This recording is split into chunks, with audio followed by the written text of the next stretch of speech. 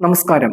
കുടുംബവുമൊത്ത് കർണാടക ചിക്കമംഗളൂരുവിലെ വെള്ളച്ചാട്ടം കാണാൻ പോയപ്പോൾ വ്യൂ പോയിന്റിൽ നിന്നും അപ്രത്യക്ഷമായ പാലക്കാട് കടമ്പഴിപ്പുറത്തെ ശ്രീനന്ദയുടെ മരണത്തിൽ ദുരൂഹതകൾ ഏറെയാണ്.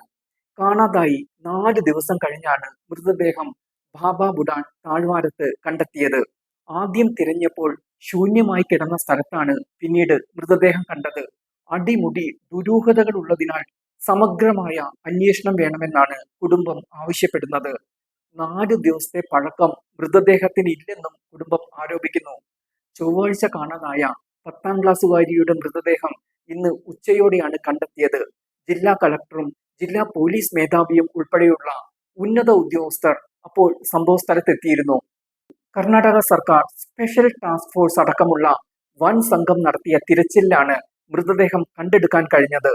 ഫയർഫോഴ്സും പോലീസും നാട്ടുകാരുമടങ്ങുന്ന വലിയൊരു സംഘവും ഒപ്പമുണ്ടായിരുന്നു. കുട്ടിയെ കാണാതായ ശേഷം 1500ഓളം അടി താഴ്ചയിൽ നിന്നാണ് മൃതദേഹം കണ്ടെത്തിയത്. ഇവിടെ കഴിഞ്ഞ ദിവസം തിരച്ചിൽ നടത്തിയിട്ടും ഒന്നും കണ്ടെത്താൻ കഴിഞ്ഞിരുന്നില്ല. പിന്നീട് ഇതേ സ്ഥലത്താണ് മൃതദേഹം കണ്ടത്. ഇത് ദുരൂഹത വർദ്ധിപ്പിക്കുകയാണ്.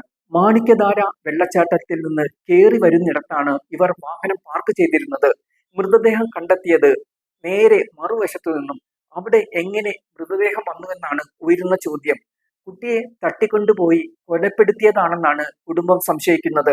ആദ്യം തിരഞ്ഞ സ്ഥലത്ത് പിന്നീട് മൃതദേഹം കണ്ടത് ഇതിന് തെളിവായി അവർ ചൂണ്ടിക്കാട്ടുകയും ചെയ്യുന്നു. പോലീസ് നായ ഒരു കടയുടെ അടുത്തേക്കാണ് ആദ്യം ഓടിച്ചെന്നത്. ഈ കടയുടമയെ പോലീസ് ചോദ്യം ചെയ്തിട്ടില്ലെന്നും കുടുംബം ആരോപിക്കുന്നു. എന്താണ് ശ്രീനന്ദയ്ക്ക് പറ്റിയത് എന്ന് അന്വേഷണത്തിൽ വ്യക്തമാകേണ്ടതാണ്. കുടുംബത്തിന് നീതി ലഭിക്കണമെങ്കിൽ ശക്തമായ അന്വേഷണം ആവശ്യമാണ്.